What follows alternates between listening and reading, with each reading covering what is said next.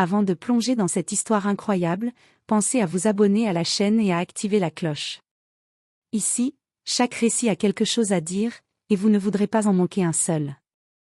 L'avion filait au-dessus de l'Atlantique, baigné dans la lumière dorée d'un soleil couchant qui se reflétait sur les hublots de la première classe.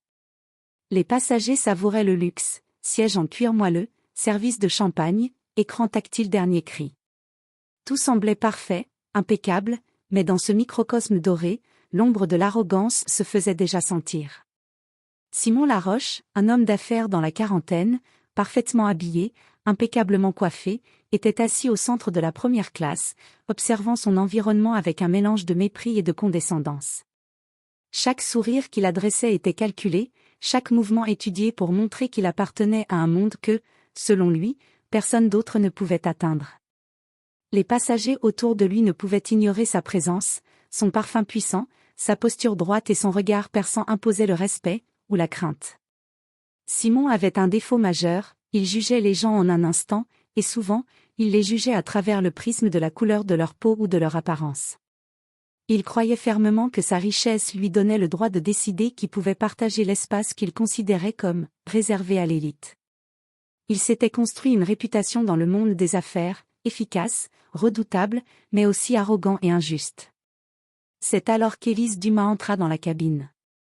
Élégante, le pas assuré, vêtue d'un tailleur sobre mais raffiné, un sac à main discret en cuir noir à l'épaule. Elle ne cherchait ni attention ni reconnaissance, simplement un endroit pour s'installer et se préparer pour son travail. Mais pour Simon, elle représentait tout ce qu'il méprisait, une inconnue, noire, et selon lui, indésirable dans cet espace réservé aux privilégiés. Alors qu'Élise passait près de son siège, Simon la dévisagea. Son regard était froid, presque analytique. Une voix intérieure, alimentée par son arrogance, lui soufflait « Cette femme n'a rien à faire ici. Elle n'est pas à sa place. Je devrais la faire descendre. » Pour Élise, rien ne laissait présager l'orage qui allait éclater. Elle avait l'habitude de faire face aux regards curieux ou aux préjugés subtils, mais jamais elle n'avait été confrontée à quelqu'un qui croyait pouvoir lui enlever sa dignité simplement à cause de son apparence. Dans cette cabine luxueuse, tandis que le soleil couchant peignait les murs de nuances orangées et rouges, l'air semblait s'épaissir. L'élégance et le calme d'Élise contrastaient avec l'arrogance et la colère contenue de Simon.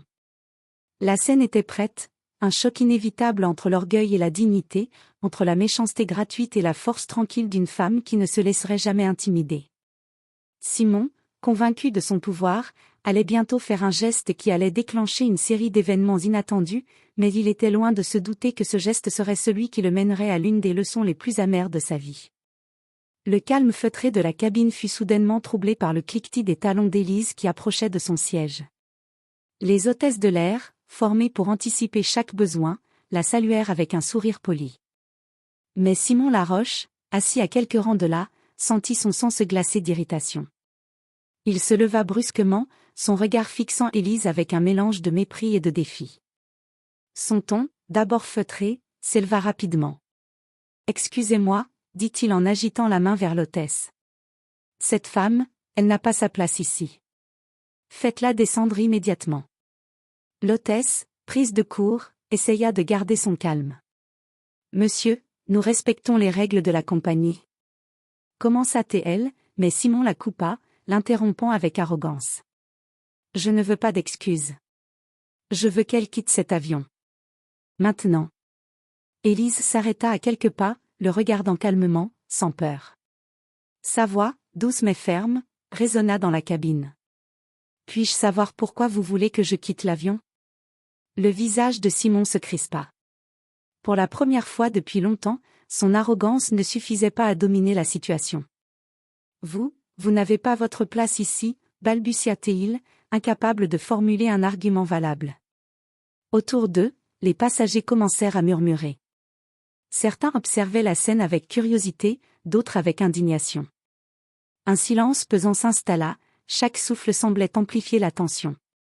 L'avion, symbole de luxe et de confort, était devenu une arène où se jouait une confrontation inattendue. Élise, imperturbable, ajusta son sac et répondit calmement. « Je suis passagère de première classe avec un billet valide. Vous pouvez m'expulser autant que vous le souhaitez, mais vous aurez besoin de raisons légales et non de votre simple opinion. Simon sentit la colère monter, mais aussi une pointe de peur. Pour la première fois, il réalisait que son argent et son statut ne suffiraient pas à imposer sa volonté. Les murmures des passagers semblaient se transformer en un jugement silencieux contre lui. Il fit un geste vers l'hôtesse, plus par désespoir que par autorité. « Sécurité. Amenez-la en dehors de l'avion si elle ne part pas. » Mais Élise ne bougea pas. Elle resta droite, digne, avec cette aura tranquille qui imposait le respect. Simon, habitué à ce que tout le monde cède devant son pouvoir, sentait pour la première fois le vertige de l'impuissance. À ce moment précis, un passager, observant la scène, chuchota à son voisin. « Vous avez vu ? Cet homme croit que l'argent peut tout acheter. Il va regretter ça. » La tension dans la cabine atteignait son paroxysme.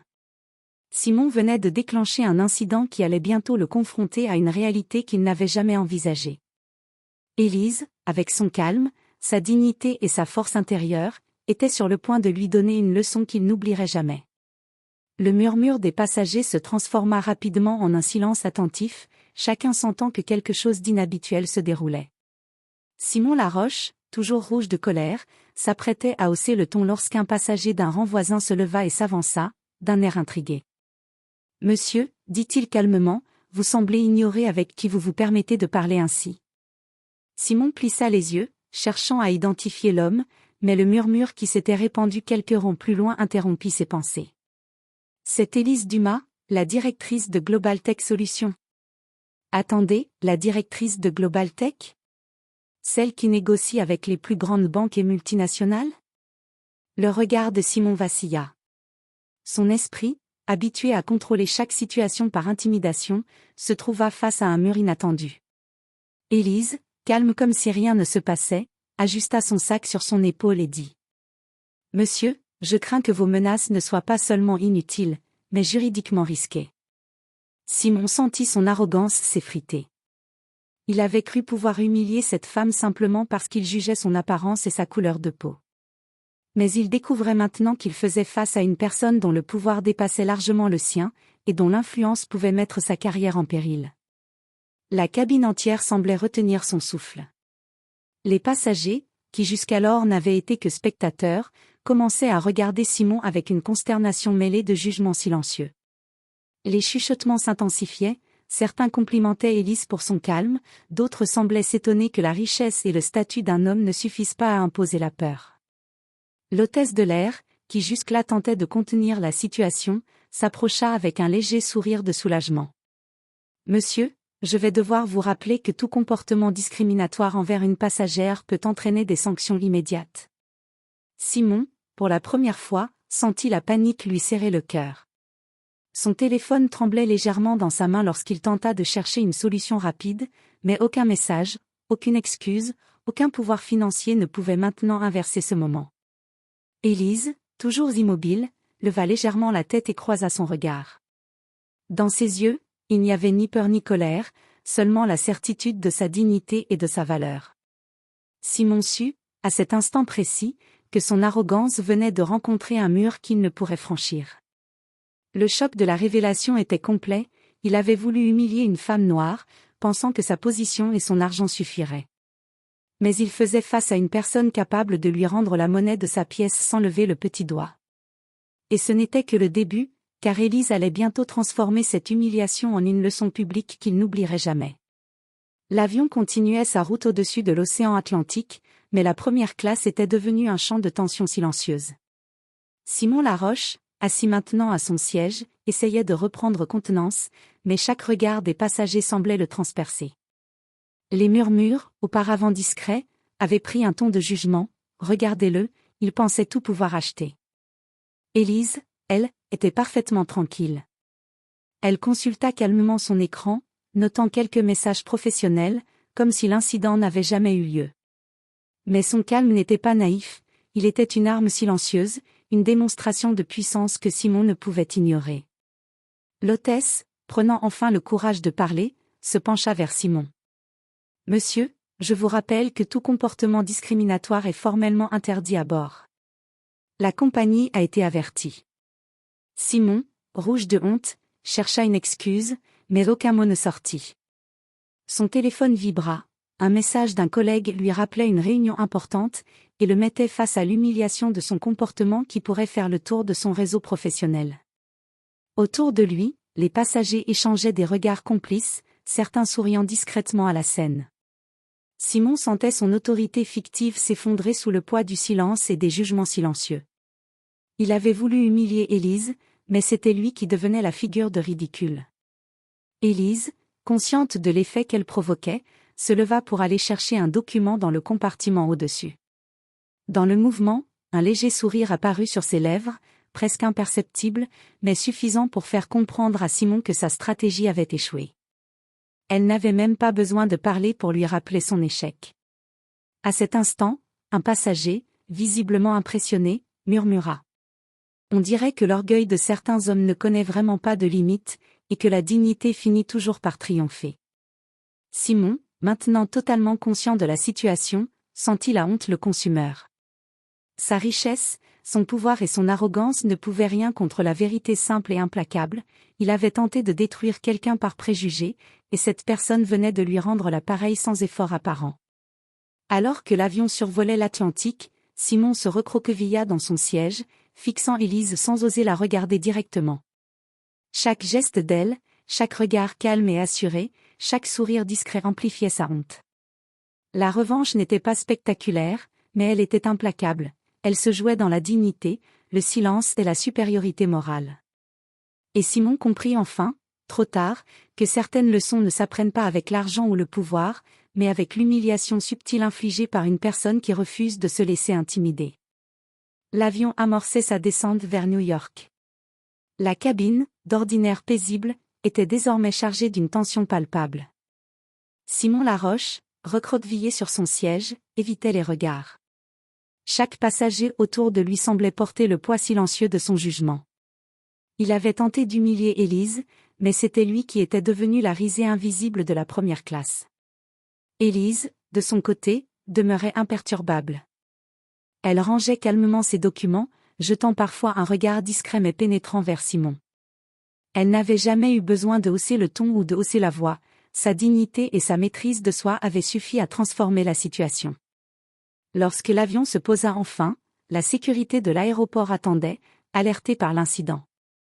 Les agents prirent le temps de parler à Simon, notifiant officiellement qu'une plainte pour comportement discriminatoire avait été déposée. Son visage pâlit, et son arrogance s'effondra complètement. Les passagers descendirent, chacun lançant des regards à Simon qui évita de croiser ceux d'Élise.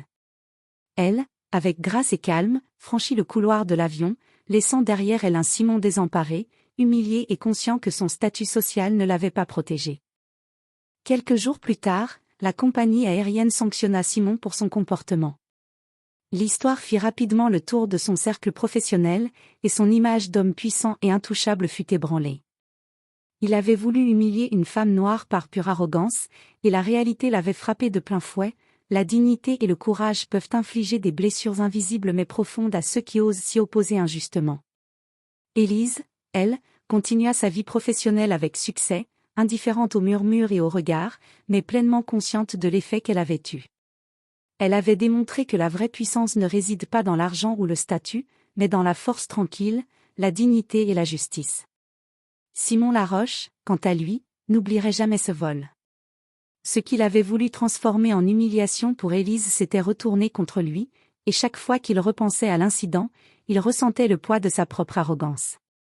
La leçon était amère, mais claire, sous-estimer quelqu'un pour sa couleur ou son apparence peut coûter bien plus cher que ce qu'on imagine.